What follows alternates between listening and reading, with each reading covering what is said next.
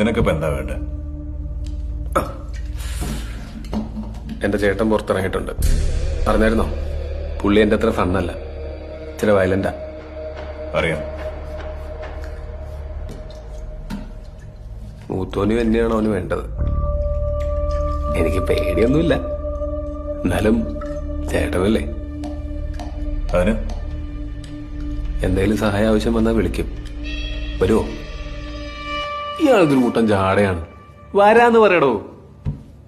അവനൊരു ഭ്രാന്തനാണ്. നിന്റെയൊക്കെ കുടുംബ പ്രശ്നത്തിൽ ഞാനെന്ന് തരണം. ബ്രോ, നമ്മളൊക്കെ ഒരു കുടുംബമല്ലേ ബ്രോ? അല്ല ബ്രോ,